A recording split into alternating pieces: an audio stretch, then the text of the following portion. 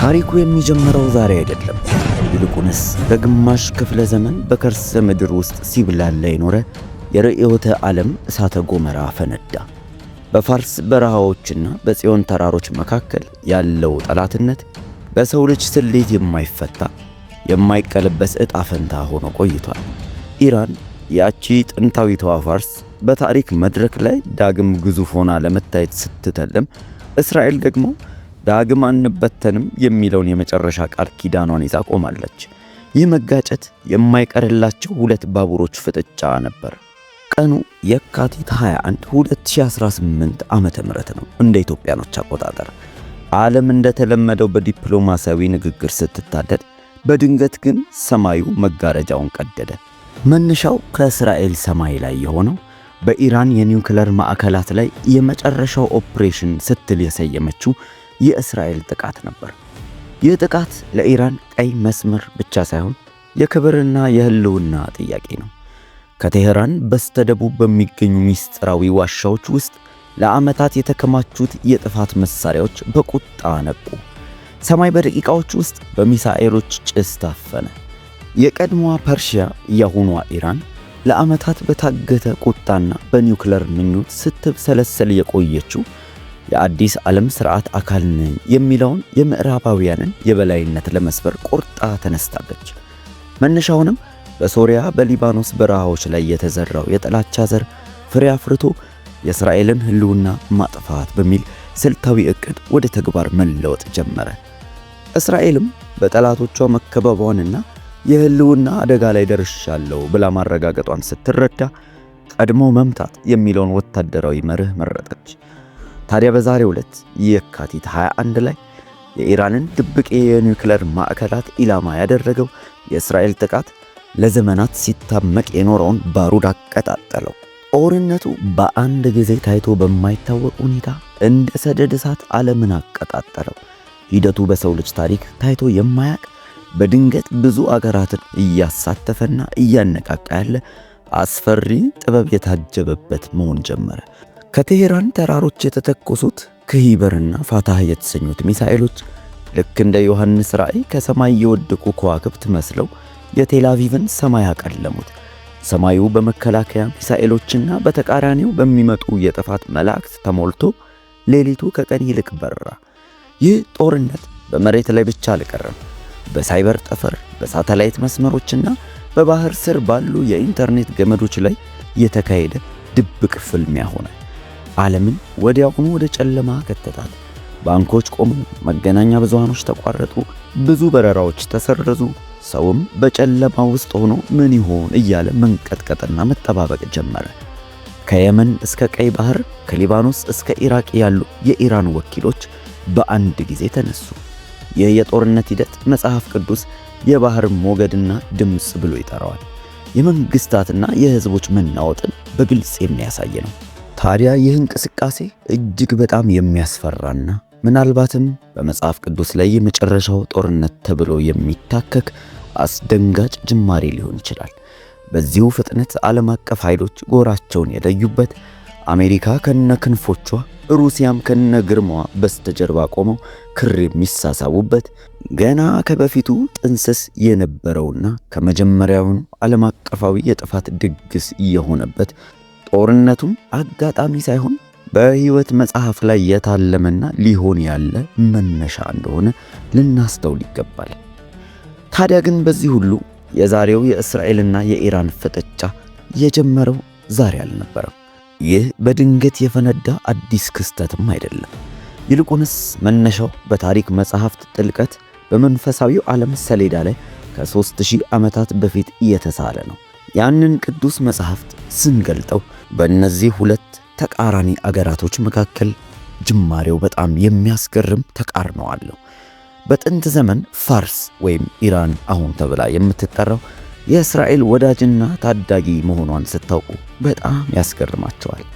ቂሮስ የተባለ አንድ ታላቅ ንጉሥ እስራኤላውያንን ከባቢሎን ምርኮ ነፃ አውጥቶ ቤተ መቅደሳቸውን እንዲያንጹ የረዳ የእግዚአብሔር እረኛ ተብሎ የሚጠራ አስገራሚ ንጉሥ ነበራቸው። ነገር ግን ይህ ወዳጅነት ወደ ፍጥጫ የተቀየረው በመንፈሳዊው ዓለም ውስጥ የፋርስ መንግሥት አለቃ ፕሪንስ ኦፍ ፐርዣ የተባለው የኃያሉን የእግዚአብሔርንና የእግዚአብሔርን ሕዝብ የእስራኤላውያኖችን መለኮታዊ ዕቅድ መቃወም በጀመረበት ወቅት ነበር። በትንቢተ ዳንኤል 10ኛው ምዕራፍ ላይ እንደተገለጠው የፋርስ መንግሥት አለቃ ከሰማያዊው መልአክ ጋር ለ21 ቀን ተዋግቷል። ይህም የሚያሳየን የዛሬው ጦርነት ጅማሬው በሰማያዊ ስፍራ የተደረገ መንፈሳዊ ፍጥጫ መሆኑን ነው።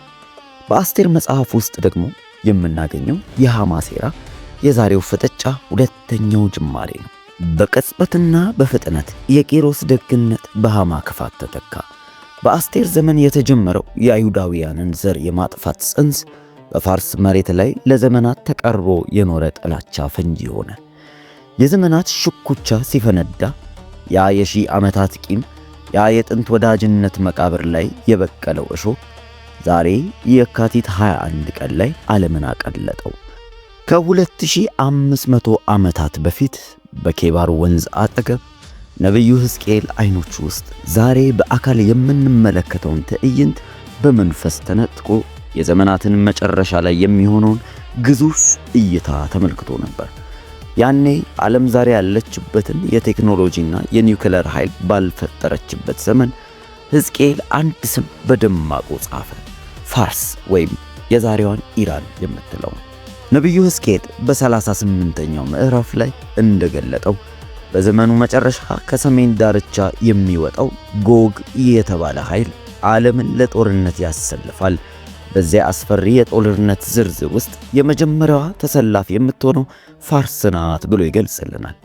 ታዲያ ዛሬ የካቲት 21 ላይ እየተካሄደ ያለው በቴህራንና በሞስኮ መካከል ያለው ወታደራዊ ጋብቻ ሕዝቅኤል በራእዩ ያየው ያ የብረት ስብስብ ፍጹም ቅጂ ይመስላል። ፋርስ ከሩሲያና ከሌሎች አጋሮቿ ጋር ሆና እስራኤል ላይ በምታደርገው ይህ ግስጋሴ በነቢዩ ብዕር እንደ ደመና ምድርን ትሸፍናላችሁ ተብሎ የተነገረለት ያ ታሪካዊ ምጥ ነው። የመጀመሪያው የኢራን ሚሳኤል የእስራኤልን ድንበር ሲነካ የእስራኤል ራእይ ከወረቀት ላይ ተነስቶ በሕይወት መተንፈስ ጀመረ። ያኔ ሕዝቅኤል ያያቸው ጋሻና ራስ ቁር የለበሱ ወታደሮች ዛሬ በራዳር የማይታዩ ድሮኖችና በሰከንድ 6 ኪሎ ሜትር የሚከንፉ ሃይፐርሶኒክ ሚሳኤሎች ሆነው መጡ። ዓለም የጂኦፖለቲካ ቀውስ ስትለው፣ ሰማይ ግን የሕዝቅኤል ራእይ ፍጻሜ ብሎታል። ይህ ጦርነት መነሻው ከቅርብ ዓመታት ወዲህ የሆነ ቢመስለንም ስሩ ግን በዚያ በኬባር ወንዝ አጠገብ በነቢዩ በተቀበለው መለኮታዊ ኮድ ውስጥ የተደበቀ ማንነት ነበር። ትንቢተ ሕዝቅኤል ምዕራፍ 38 16ኛው ቁጥር ላይ በመጨረሻው ዘመን ይሆናል ብሎ ከጻፈልን ነገሮች መካከል በሕዝቦች ሁሉ ፊት በአንተ በተቀደስኩ ጊዜ አሕዛብ ያውቁኝ ዘንድ በምድሬ ላይ አመጣሃለሁ ብሎ ይናገራል። የሰው ልጅ ጦርነት ወዳድነትን ብቻ የሚያሳይ ጥቅስ አይደለም። የፈጣሪ እኔ ነኝ ባይነትን ለዓለም የሚገልጥበት፣ የሰው ልጅ ትንቢት የሚሰበርበትና የታሪክ ማጠቃለያው የሚጻፍበት የመጨረሻው መድረክ ይመስላል። ታዲያ በዛሬው ዕለት ምሽት ላይ ማለትም የካቲት 21 እንደ ኢትዮጵያን አቆጣጠር በ2018 ምን ተካሄደ? የእኩለ ሌሊት ድንገተኛ መብረቅ ተከሰተ። ሰዓቱ እኩለ ሌሊት አልፏል። ዓለም በከባድ እንቅልፍ ውስጥ ሳለች በፋርስ በረሃዎች ውስጥ ለዓመታት ተቀብረው የኖሩ የብረት አራዊት በድንገት ነቁ። የኢራን ሰማይ በመቶዎች የሚቆጠሩ የሻሂድ ድሮኖችን በሃይፐርሶኒክ ሚሳኤሎቿ ነበልባል አደቀቀች። ይህ ሂደት ወደ ወታደራዊ ግስጋሴ አልነበረም። ይልቁንም በዮሐንስ ራእይ ላይ እንደተመለከትነው ከአፋቸው እሳትና ጭስ የሚወጣባቸው ፈረሰኞች ምድርን የወረሩበት ቅጽበት ይመስል ነበር። ሰማዩ በሚሳኤሎች ፍርግርግ ተሸፍኖ ሌሊቱ እንደ ቀትር በራ። ከዛኛው ወዲህ ደግሞ በእስራኤል በኩል የይሁዳ አንበሳ የተባለ ታላቁ እስራኤል ጋሻቸውን አነሱ። የአይረን ዶም እና የአዋሮ መከላከያ ሲስተሞች በሰማይ ላይ ካለው የሞት ዝናብ ጋር ተላተሙ። ያ ትዕይንት ለዓይን የሚረብሽ ለልብ የሚሰቀጥጥ ነበር። የሰው ልጅ የፈጠረው የጥፋት መሳሪያና የመከላከያ ጥበብ በታሪክ ታይቶ የማያውቅ ፍጥነት ሲፋለሙ ምድር ከግርጌዋ ትናወጥ ጀመር። መጽሐፍ ቅዱስ በሰማይና በምድር ድንቅን አሳያለሁ፣ ደምና እሳት፣ የጭስም አመድ እያለው ቃል በሚሊዮኖች በቢሊዮኖች በሚቆጠሩ የሰው ልጆች ስልኮችና የቴሌቪዥን መስኮቶች ላይ በቀጥታ ስርጭት መታየት ጀመረ። ትንቢቱ ከጥንት መጽሐፍት ወጥቶ በዲጂታል ዘመን ስክሪን ላይ ደም ለበሰ። ጦርነቱ በሁለቱ አገራት መካከል ብቻ አልቀረም። ሂደቱ ዓለም አቀፋዊ የፍርሃት ሰንሰለትን መፍጠር ጀመረ። በኢየሩሳሌምና በቴሄራን ሰማይ ላይ የሚሳኤል እሳት ሲዘንብ በመላው ዓለም የመኖሪያ ቤቶችና የንግድ ማዕከላት ውስጥ ሌላ የማይታይ ግን የሚሰማ የፍርሃት ድንዛዜ ሰፈነ። ይህ ጦርነት በሁለቱ ሀገራት ድንበር ላይ ብቻ አልተገደበም። ይልቁንስ የዓለምን የጀርባ አጥንት የሰበረ የኢኮኖሚ አርማጌዶን መሆን ጀመረ። በዮሐንስ ራእይ እንዲህ ይለናል፣ አየሁም፣ እነሆም ጥቁር ፈረስ ወጣ፣ በእርሱም ላይ የተቀመጠው በእጁ ሚዛን ነበረው ይላል። ዛሬ ያ ጥቁር ፈረስ በዲጂታል መረጃ መረቦችና በነዳጅ ቧንቧዎች ላይ ጋልቦ መምጣት ጀመረ። የኢራን የባህር ኃይል የዓለምን የነዳጅ የደም ስር የሆነውን የሆርሙዝ ስልጥን በፈንጂና በድሮኖች ዘጋው። በአንድ ጀንበር ዓለም የምትተነፍስበት የኃይል ምንጭ ተቆረጠ። በአውሮፓና በአሜሪካ ማደያዎች ላይ ሰልፉ ማለቂያ አጣ። ነዳጅ እንደ ወርቅ ውድ ሆነ። ቀይ ባህር የጦር ቀጠና ሆነ። ዓለም አቀፍ የንግድ መርከቦች ቆሙ። ይህ መጽሐፍ ቅዱስ የባህር ሞገድና ድምፅ ብሎ የጠራው የምድራዊ ሥርዓት መናወጥ በግልጽ የታየበት ቅጽበት ነበር። የጥቁሩ ፈረስ ጋላቢ በእጁ ሚዛን ይዘዋል። ይህ ሚዛን የዋጋ ግሽበት፣ የረሃብ ምልክት ሊሆን ይችላል። ሌሊት የተጀመረው ጦርነት ከዩክሬን እስከ መካከለኛው ምስራቅ ያለውን የምግብ አቅርቦት ሰንሰለት በጠቅላላ ሊበጠሰው የሚችል፣ በኒውዮርክ፣ በለንደን፣ በአዲስ አበባ ጨምሮ ገበያዎች ውስጥ የጥሬ እህል ዋጋ በሰዓታት ውስጥ እጥፍ ሊሆንበት የሚችል፣ ምናልባትም የማርኬቶች መደርደሪያዎችን፣ ካዝናዎችን ባዶ የሚያደርግና የዋጋ ግሽበቱ ዓለምን ሁሉ የሚነካካበት ትዕይንት ሊሆን ይችላል። የጥቁሩ ፈረስ ጥላ ይበልጥ የጠቆረው ግን በሳይበር ጠፈር ላይ ነው። ባንኮች ሥራ ማቆማቸው፣ የኤቲኤም ማሽኖች ገንዘብ መትፋት ማቆማቸው፣ ዲጂታል የገንዘብ ሥርዓቱ ሲናወጥ፣ የሰው ልጅ በእጁ የያዘው ሀብት ዋጋ እንደሌለው ሲረዳ ነው። ይህ የዓለም መንቀጥቀጥ የሰው ልጅ በምድራዊ ብልጽግናው ላይ የነበረውን እምነት ያፈራርሰዋል። ዛሬ ዓለም በከፍተኛ ስጋት ትንፋሿን ይዛለች። ምክንያቱም ይህ የጥቁር ፈረስ ግልቢያ ገና ጅማሬው መሆኑን አስተዋዮች ተረድተውታልና ነው። በዚህ ሰዓት ዓለም አይኖቿን ወደ አልቦርዝ ተራሮች አቅንታለች። በቴሄራን ዙሪያ እንደ ግዙፍ ግንብ የቆሙት እነዚህ ተራሮች ተራ የተፈጥሮ አካላት ብቻ አይደሉም። በእነዚህ ተራሮች ስር በመቶዎች የሚቆጠሩ ሜትሮች ጥልቀት ላይ ኢራን የትንቢት መሳሪያዎቿን ቀብራለች። የቴሄራን ተራሮች ሚስጥር ምንድን ነው? እነዚህ ተራሮች የኢራን የኒውክለርና የሚሳኤል ከተሞች መሸሸጊያ ናቸው። መጽሐፍ ቅዱስ ስለ መጨረሻው ዘመን ሲናገር ሰዎች ወደ ተራራ ዋሻዎችና ወደ ምድር ስንጥቆች ይገባሉ ይለናል። ዛሬ ግን ተራራው ውስጥ የገባው የሰው ልጅ ሳይሆን የሰው ልጅን ሊያጠፋ የተዘጋጀው የጥፋት ርኩሰት ነው። ከነዚህ ተራሮች ስር የወጡት ሚሳኤሎች ምድርን ወደ መጨረሻው ምዕራፍ የገፏት የእሳተ ገሞራ ፍንዳታ ነበሩ። ይህ ጦርነት ከዘመን ፍጻሜ ጋር በምን ያገናኘዋል ብላችሁ ልትጠይቁ ትችላላችሁ። በራእይ ዮሐንስ ምዕራፍ 9 ላይ በአሸዋና በበረሃ ስር የታሰሩ 4 መላእክቶች ለጦርነት እንደሚፈቱ ይናገራል። ዛሬ በኤፍራጥስ ወንዝ አቅራቢያና በፋርስ ምድር የሚታየው ይህ መናወጥ ያ የታሰረው የጥፋት መንፈስ መፈታቱን የሚያሳይ ምልክት ነው። ዛሬ ዓለም ለሁለት ተከፍላለች። ይህ መከፋፈል በዳንኤል ትንቢት ላይ እንደተገለጠው የብረትና የሸክላ መቀላቀል የማይቻልበት የመጨረሻው የታሪክ ቅልቅል ምዕራፍ እንደሆነ ያሳየናል። ሰላም ነው፣ ደህንነት ነው ሲሉ ጥፋት በድንገት ይመጣባቸዋል የተባለው ቃል በአንደኛ ተሰሎንቄ ምዕራፍ 5 ቁጥር 3 ላይ እንደሚናገረው የዛሬው ምሽት ድንገተኛ በተራሮቹ ላይ የተከሰተው ፍንዳታ እውነቱን የሚያረጋግጥና ምልክትን የሚሰጥ ሆኖ አግኝተነዋል። መጽሐፍ ቅዱስ ኢየሩሳሌም በአሕዛብ ስትከበብ ያን ጊዜ ጥፋቷን እንደቀረበ እወቁ ብሎ ይነግረናል።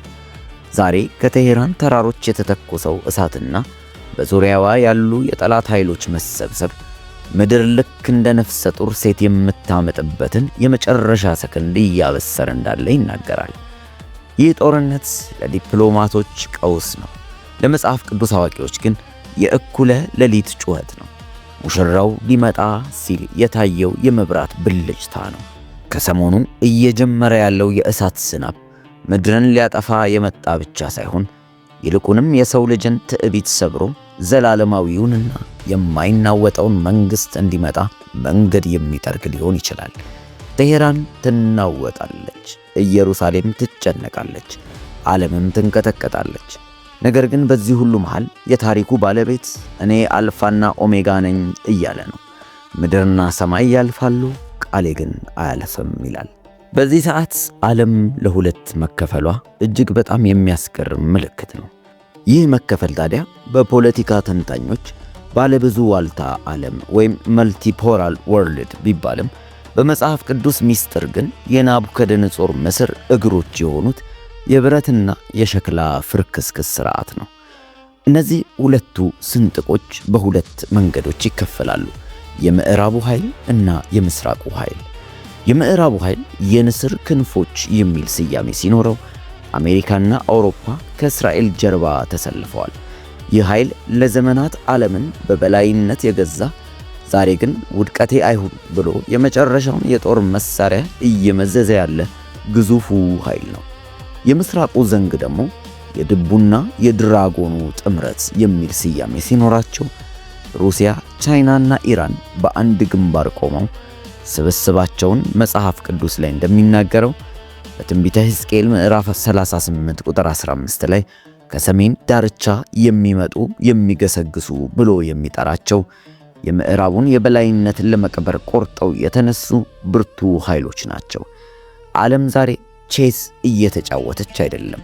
ይልቁንስ ለታላቁ የአርማጌዶን ጦርነት መድረኩን እያመቻቸች ነው። የጎግና ማጎግ ምስጢር የእስራኤልና የኢራን ጦርነት ከጎግና ማጎግ ጦርነት የሚቀድም ወይም ደግሞ ልክ እንደ መግቢያ መቅድም አይነት ነው። ከሰሞኑ ዓለም እየተመለከተችው ያለችው የባሩድ ጭስ የጥንቱና ድብቁን የጎግና ማጎግ ምስጢር መጋረጃ የቀደደ ክስተት ይመስላል።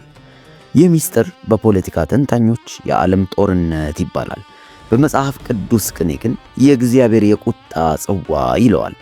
እነሆ የዚህን ታላቅ ምስጢር 4 ቁልፎች በጥልቀት እንፈትሻለን። የመጀመሪያው ቁልፍ ጎግ የተባለው ሲሆን ምስጢሩ የሚጀምረው ገና ከስሙ ላይ ነው። ጎግ የሚለው ቃል በሕዝቅኤል 38ኛው ምዕራፍ ላይ የሮሽ ወይም የሞሳህና የቶቤል አለቃ ተብሎ ተገልጿል። ጎግ ተራ የሰው ልጅ መሪ ብቻ አይደለም። ይልቁንም በስተጀርባ ሆኖ ኃያላን መንግስታትን በተለይም የሰሜኑን ኃይልና የፋርስን ጦር የሚያንቀሳቅስ የጥፋት መንፈስ ነው። ከሰሞኑ በቴሄራን የሰሜኑ ዘንግ የታየው ያልተለመደ የጦርነት ጥማት የአጥንታዊ የጎግ መንፈስ በሰው ልጆች መሪዎች ላይ ሰፎ ለጥፋት ሰልፍ እያዘጋጀ መሆኑን የሚያሳይ ነው። ሁለተኛው ምስጢር ደግሞ በዮሐንስ ራእይ 9ኛው ምዕራፍ 16ኛው ቁጥር ላይ ይገኛል። ታላቁ ወንዝ ኤፍራጥስ ደረቀ፣ ከፀሐይ መውጫ ለሚመጡ ነገሥታት መንገድ እንዲዘጋጅ ይለናል። ዛሬ በመካከለኛው ምስራቅ ያለው ጦርነትና የውሃ እጥረት እንዲሁም የኢራንና የቻይና የምስራቅ ኃይሎች ወታደራዊ መገጣጠም ያ የታሰረው የጥፋት ኃይል መፈታቱን የሚያበስር መንገድ ከፋች ሊሆን ይችላል። ሰሞኑን የሚጀምረው ፍንዳታ ያኔ በሕዝቅኤል ዘመን የታተመው የመቆለፊያ ሰንሰለት ተበጥሶ የሰሜንና የምስራቅ ኃይሎች ወደ ኢየሩሳሌም ተራሮች እንዲጎርፉ የተደረገበት መለኮታዊ ፍቃድ የተወሰነበትን የሚያመላክት ይመስላል። ሦስተኛው ቁልፍ ማጎግ የተሰኘው ምስጢር ነው። ማጎግ የጎግ መገኛ ምድር ናት። ታሪካዊና መጽሐፍ ቅዱሳዊ መረጃዎች እንደሚጠቁሙት ይህ ምድር የዛሬዋ ሩሲያና የቀድሞ እስኩስቴ የተባለችው ግዛት ናት። ለምን ሩሲያና ኢራን ተባበሩ? ለምንስ እስከ ዛሬ ድረስ ዓለምን ለሁለት ከፈሏት? መልሱ በሕዝቅኤልና በራእይ ውስጥ ተደብቆ ይገኛል። ፋርስን፣ ኢትዮጵያንና ሊቢያን አስከትለ ትመጣለህ ይላል። ይህ ስብስብ ዛሬ በብሪክስ እና በወታደራዊ ስምምነቶች ስም የምናየው ስብስብ ነው። በምዕራባውያን ላይ የተነሳው የደቡብና የሰሜን ጥምረት ፍጹም ፍጻሜ ይመስላል። የጎግና ማጎግ ጦርነት ትልቁ ምስጢር ኢላማው ነው። ጎግ ለምን ይዘምታል? መጽሐፍ ቅዱስ በትንቢተ ሕዝቅኤል 38ኛው ምዕራፍ 12ኛው ቁጥር ላይ ምርኮን ለመማረክና ብዝበዛን ለመበዝበዝ እንደሆነ ይነግረናል። ዛሬ እስራኤል ያለችበት የጋዝ ክምችት፣ የቴክኖሎጂ ብልጽግናና ሃይማኖታዊ ስፍራ የዓለም ኃያላን ምራቅ የሚያስውጥ ታላቅ ምርኮ ሆኖ እየታየ ነው። ታዲያ ከሰሞኑ የሚከፈቱት እሳቶች ጎግ ጊዜው አሁን ነው ብሎ እንዲነሳ ያደረገው የመጨረሻው መክፈያው ነው። ሆኖም ሚስጥሩ ያለው እዚህ ጋር ነው። ጎግ የሚመጣው ለመደምሰስ ቢሆንም እርሱ ግን ራሱ የሚደመሰስበትን ወጥመድ ውስጥ እየገባ መሆኑን አለማወቁ የሚያስገርም ነው። የጎግና ማጎግ ጦርነት የሰው ልጅ ስልጣኔ የሚቀርብበት፣ መለኮታዊው ኃይል ግን በምድር ፊት የሚገለጥበት ታላቅ ትዕይንተ ፍጥረት ነው። ዛሬ የተቀሰቀሰው ይህ ጦርነት ያ የጥንት ትንቢት ከሰማይ ወደ ምድር የወረደበት፣ የዘመናት ምስጢር ደም ለብሶ የታየበት የመጨረሻው ድራማ መጀመሪያው ነው። ትንቢተ ሕዝቅኤል 38ኛው ምዕራፍ 20ኛው ቁጥር በዚያ ቀን በሰው ልጆች ላይ ታላቅ መናወጥ ይሆናል፣ ተራሮች ይገለባበጣሉ፣ ቅጥሮች ሁሉ ወደ ምድር ይወድቃሉ እንዳለን ከሰሞኑ የምታዩት የጎግ ማጎግ ምስጢራዊ ጥልቀት ጅማሬ አሁን የሁሉ ክስተት ለእኔና ለአንተ ትልቅ መንፈሳዊ ትርጉም ሊሰጥ የሚችል ነው። አሁን የተጀመረው ይህ ፍልሚያና ፍጥጫ ሂደቱ ወደማይቀለበስ ዓለም አቀፋዊ ፍጥጫ እያመራ ነው። የጎግ እና ማጎግ ጦርነት ወደሚከተሉት አስፈሪ ነጥቦች እያመራ ይመስላል። የመጀመሪያው የአዲሱ ዘንግ መተሳሰር ሲሆን ሩሲያ፣ ኢራን እና አጋሮቻቸው ምዕራባዊ የበላይነት ይብቃ በሚል የጋራ ዓላማ ይበልጥ እየተሳሰሩ ጦርነቱ ከእስራኤል አልፎ መላውን መካከለኛው ምስራቅ እንዲሁም አውሮፓን ጨምሮ ወደ እሳት እያገፋፋቸው ይመጣል። ጦርነቱ ወደ አርቲፊሻል ኢንተለጀንትና ወደ ሳይበር ጦርነት እየተሸጋገረም ይመስላል። የቴሄራን ተራሮች ሚሳኤል ሲተፉ፣ የሳተላይት መስመሮች ሲቋረጡ፣ ዓለም ወደ ጨለማና ወደ ድንጋዩ ዘመን የመመለስ አደጋ ተጋረጠባት። የነዳጅና የምግብ አቅርቦት መቋረጥ ዓለምን ወደ ታላቅ ረሃብና ሕዝባዊ አመጽ እየመራት ይመጣል። በሁለተኛው መልኩ ደግሞ ትንቢታዊ ዓለሙ ምልከታ ነው። ይህ የመለኮት ጣልቃ ገብነት መድረክ ሲባል መጽሐፍ ቅዱስ የጎግና ማጎግን ጦርነት የመጨረሻው የሰው ልጅ ድል እንዳልሆነ ይናገራል። ትንቢቱ ወደሚከተሉት ምስጢራት ያመራል። የመጀመሪያው የጎግ ውድቀት ሲሆን በሕዝቅኤል 39 እንደሚለው ጎግና ሰራዊቱ በእስራኤል ተራሮች ላይ ይወድቃሉ ይለናል።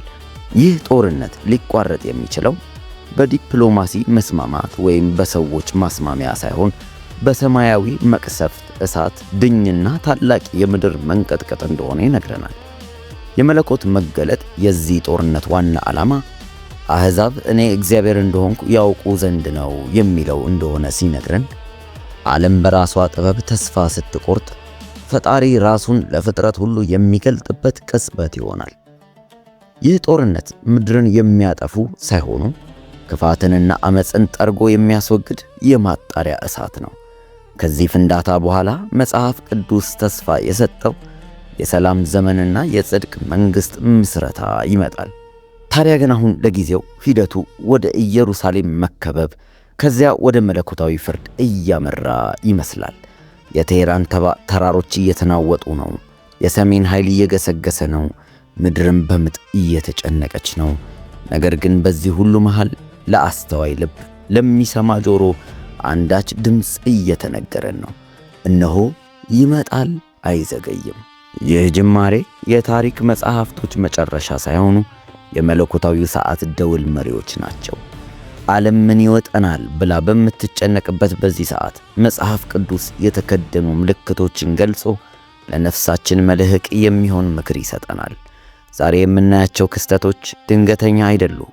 ይልቁንስ በቅዱሳት መጽሐፍት ላይ ቀድመው የተሳሉ የካርታ ምልክቶች ናቸው። ሕዝብ በሕዝብ ላይ፣ መንግሥት በመንግሥት ላይ ይነሳል ይለናል። የዛሬው የጎራ መከፋፈልና የኃያላን ፍጥጫ የዚህ ቃል ትርጓሜ ይመስላል። ዕውቀት በቴክኖሎጂ ቢገሰግስም የሰው ልጅ ግን የልብ ሰላሙን እያጣ የአመጽ መብዛት የተነሳ የብዙዎች ፍቅር እንደምትቀዘቅዝ እንደተነገረን ሁሉ ጦርነቱ በልባችን ውስጥ ካለው ጥላቻ የፈለቀ መሆኑን የሚያሳይ የመጨረሻው ዘመን ትንቢት መፈጸሚያ ይመስላል።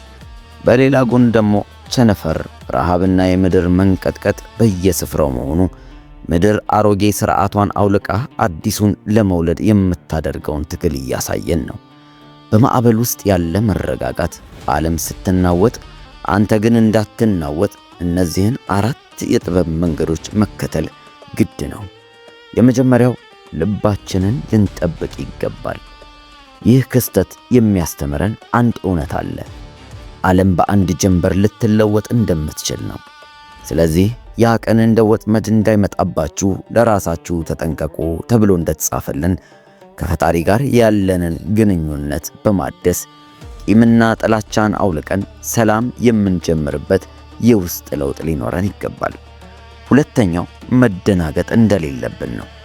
ይህ ሊሆን ግድ ነውና አትደናገጡ እንደሚለን ቃሉ ክስተቶቹን ስናይ ምልክት እንደሆነ በማወቅ እንጂ በፍርሃት ባለመያዝ በትዝብትና በጸሎት ተመልክተን ፍርሃት የጠላት መሳሪያ መሆኑን አውቀን እምነትን በልባችን ውስጥ እያቀላጠፍን የጥፋት እሳትን የሚያጋልጥ ጋሻችንን ማነገብ መርሳት የለብንም። ሦስተኛው አስተዋይ መሆን ወይም መለየት መቻል ይኖርብናል። የመረጃው ዓለም በሐሰተኛ ወሬዎችና በሽብር ተሞልቷል። መጽሐፉ ግን ማንም እንዳያስታችሁ ተጠንቀቁ ይለናል። በቴሌቪዥን መስኮት ከምናየው ጦርነት ይልቅ በቅዱሳን መጽሐፍቶች ያለውን እውነት አጥብቀን በመያዝና በማመን ሕይወታችንን በመረጃዎች ብቻ ሳይሆን በእግዚአብሔር ቃል ልንመራ እንደሚገባ ማስተዋልን ይሰጠናል። የመጨረሻው መብራታችንን ማቀጣጠል ወይም መንቃት ነው። ልክ በማቴዎስ መጽሐፍ ላይ እንደተጻፉት እንደነዛ 5ቱ ልባም ደናግሎች በልባችን ውስጥ የጸሎትና የጽድቅን ዘይት ሞልተን ጌታችን ኢየሱስ ክርስቶስ ወይም ሙሽራው ሊመጣ መሆኑን አውቀን በልባችን መቀጣጠል እየተዘጋጀን የጨለመችውን ዓለም ብርሃናችንን አብረተን ንጉሡን መጠባበቅ እንዲሆንልን ይህ ለእኛ ማስተዋል እንዲሆን ልንጸልይ ይገባል። ጦርነቱ የጥፋት ድምፅ ቢሆንም ለአንተ ግን የንቃት ደውል ይሁን። ቴሄራን ስትናወጥ አንተ በማይናወጥ ዓለት ላይ ቁም። አርማጌዶን ሲቃረብ አንተ ወደ ሰላሙ መሪ ተጠጋ። ታሪኩ የሚበቃው በሞትና በውድመት ሳይሆን እነሆ ሁሉንም አዲስ አደርጋለሁ በሚለው ዘላለማዊ ቃል ላይ ነው። መጽሐፍ ቅዱስ በሁለተኛ ጴጥሮስ ምዕራፍ 3:11 ቁጥር ላይ እንግዲህ እነዚህን ሁሉ እንዲህ የሚቀጥሉ ከሆነ በምን አይነት ቅዱስ አኗኗርና እግዚአብሔርን በመምሰል ልትኖሩ ይገባችኋል ብሎ ይጠይቀናል። ውድ ወዳጄ በዚህ ታላቅ የታሪክ ምዕራፍ ውስጥ ስንሰነባበት አንተ ልታደርግ የሚገባህ ትልቅ ነገር ቢኖር በትህትናና ለእግዚአብሔር በመገዛት እንደ ቃሉ ሐሳብ ልንኖር ይገባል። የኢየሩሳሌም ፍጥጫ ዓለምን ወደማይመለስበት መስመር አሻግሯታል። ዛሬ ያየነው የጎግና ማጎግ ጥላ፣ የአርማጌዶን ዋዜማ፣ የቴህራን ተራሮች መናወጥ ተራ የፖለቲካ ትንታኔዎች ሳይሆኑ የሰው ልጅ ታሪክ የመጽሐፍ መጨረሻ ገጾች ይመስላሉ። ዓለም በሁለት ተቧድናለች፣ ምድርም በምጥ ትጨነቃለች፣ ሰማዩ በጭስና በባሩድ ታፍኗል። ነገር ግን በዚህ ሁሉ ድቅድቅ ጨለማ ውስጥ አስተዋይ ልብ የሚታይ አንድ ታላቅ ብርሃን አለ። ጦርነቱ የጥፋት ጩኸት ሳይሆን የማይናወጥ መንግሥት መቃረቡን የሚያበስር የመለከት ድምፅ ነው። ኃያላን መንግሥታት እኛንን የምንገዛው ይላሉ። ቴክኖሎጂው እኔ ነኝ አዳኙ ይላል። ዛሬ ግን የታየው ትልቅ ምስጢር መንግሥት የልዑሉ የእግዚአብሔር መሆኑን የሚያጋልጥ ነው። ጦርነቱ እንደ ሰደድ እሳት ይነዳል። አንተ ግን አትፍራ። ከሚሳኤሉ ድምፅ ይልቅ የውስጥህን ሰላም አድምጥ። ከቴሄራን ተራሮች መናወጥ ይልቅ በማይናወጠው ዓለት ላይ ቁም። ጊዜው አጭር ነው። ሰዓቱ ወደ እኩለ ሌሊት ተጠግቷል። መብራትህን አቀጣጥል፣ ልብህን አዘጋጅ። ምክንያቱም ከዚህ ጦርነት ጭስ በኋላ የጽድቅ ፀሐይ ለዘላለም ትወጣለች። ምናልባት ይህ ትረካ፣ ይህ እውነት ልብህን ከገዛው ይህንን ቻናል ሰብስክራይብ በማድረግና መልእክቱን የተለቀቀውን ቪዲዮ ላይክ በማድረግ ለሌሎችም በማጋራት አብረህን አገልግል። መልካም ጊዜ